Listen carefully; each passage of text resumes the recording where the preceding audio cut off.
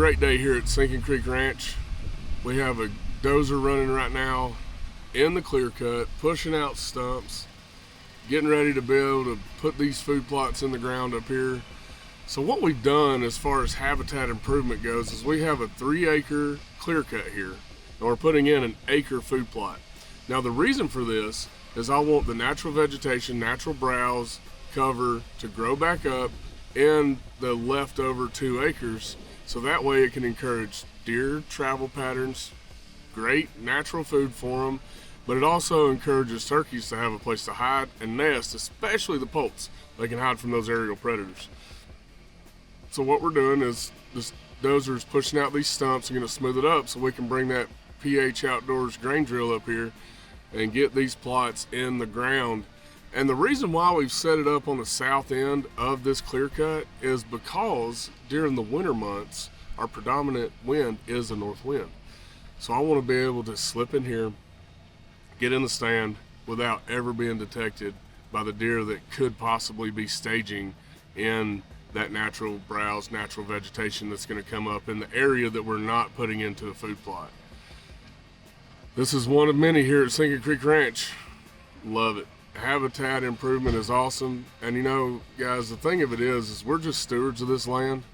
That's all we are. This isn't ours, this is God's, and we're just trying to take care of it and keep it nice and make it the best it can possibly be for these wildlife to thrive. Deer, turkey, all of it. We want them to thrive and live to the best of their abilities.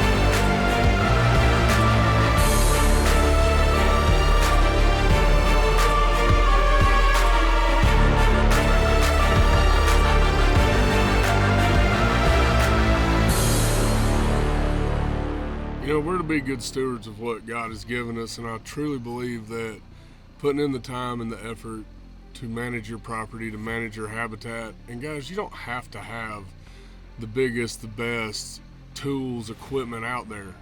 You don't have to have that.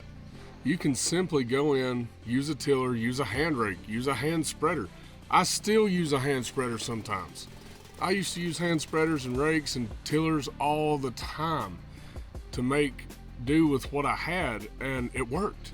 It absolutely works. When you're thinking about food plots, remember, sometimes all you need is a small kill plot to stop that buck long enough to take your shot as effectively and humane as possible. And you know, that's the point, guys. We're trying to be ethical with what we do.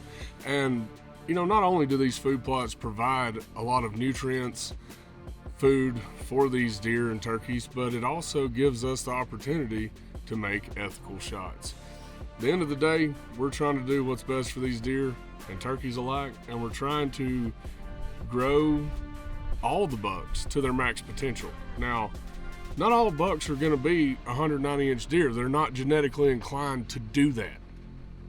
With that being said, it doesn't matter if it's a 6-point that's 110 inches. If he's 6 years old, he's a smart, mature whitetail. If he's 5 years old, he's a smart, mature whitetail. So don't get caught up in having to shoot a booner, having to shoot, you know, a Pope and Young, whatever. At the end of the day, if it makes you happy and it's a mature deer, do it. You don't have to do what everybody else does. It's okay. I mean, hey, listen, I love taking deer that make me excited. Do I like the more mature deer? Absolutely, because I want to see what they can do. I want to see what their potential is. But does that mean I'm going to hold off on shooting one 6-year-old because a Pope and Young or a Boone and Crockett hadn't stepped out yet? Absolutely not. I'm going to pull that trigger every single time, guaranteed.